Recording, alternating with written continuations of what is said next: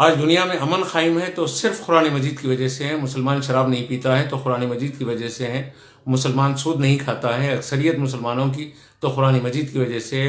اکثریت مسلمانوں کی ماں باپ پہ ظلم نہیں کرتی ہے تو قرآن مجید کی وجہ سے۔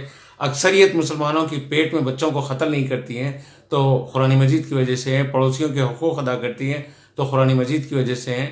اگر ملک کے امن کو قائم رکھتے ہیں تو صرف قرآن مجید کی وجہ سے ہیں۔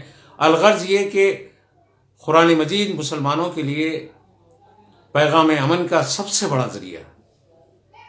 جس ملعون نے کہا کہ قرآن مجید میں 26 مقامات پر انسانیت کو قتل کرنے کی تعلیم دی گئی ہے، اس ملعون کو آنکھ کھول کے دیکھنا چاہیے کہ وہ جنگ کے مختلف واقعات کے درمیان، احکامات کے درمیان اور جنگ کے مختلف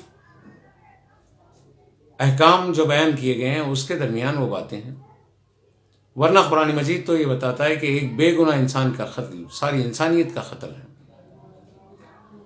جس ملعون نے بھی قرآن مجید کو معاذ اللہ نعوذ باللہ من ذالک اس طریقے کا اپنی بکواس کا نشانہ بنایا ہے، وہ ملعون خود امن کا دشمن ہے، اور اس امن کے دشمن کو علمی طور پر جواب دینے کی ضرورت ہے تاکہ اس کی آنکھ کھلے۔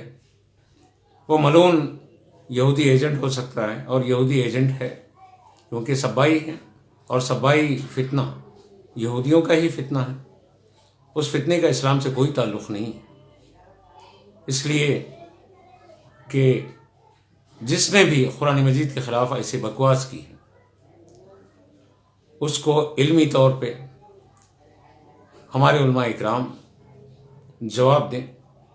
خاص کر کے مولانا یاسین اختر مصباحی صاحب نے اپنی معروف کتاب میں قرآن مجید پر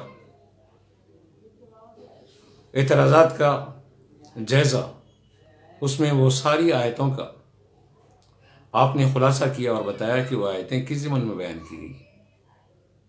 معاذ اللہ اسلام امن کو درہم برہم کرنے کی تعلیم قطعی نہیں دیتا، بلکہ ایک چونٹی کو بھی بلا وجہ آپ ہلاک کریں گے تو اس کا حساب دینا پڑے گا۔ قرآن مجید کی وہ آیتیں ہمارے سامنے موجود ہیں کہ فَمَن يَعْمَلْ مِثْقَالَ ذَرَّةٍ خَيْرًا يَرَهُ وَمَن يَعْمَلْ مِثْقَالَ ذَرَّةٍ شَرًّا يَرَهُ۔ ذرہ برابر نیکی کا بھی اجر دیا جائے گا اور ذرہ برابر بدی کا بھی اجر دیا جائے گا۔ تو کیسے قرآن مجید انسانیت کے خلاف تعلیم دے گا؟ وہ جو شیطان قرآن مجید کو شیطانی عینک سے دیکھ رہا ہے یہ اس کی اپنی فکر ہے، لیکن قرآن مجید نے کبھی بھی کسی بھی وقت میں انسانیت کے خلاف کوئی قتل خون کی دعوت ہرگز نہیں دی ہے، ہرگز نہیں دی، ہرگز نہیں دی۔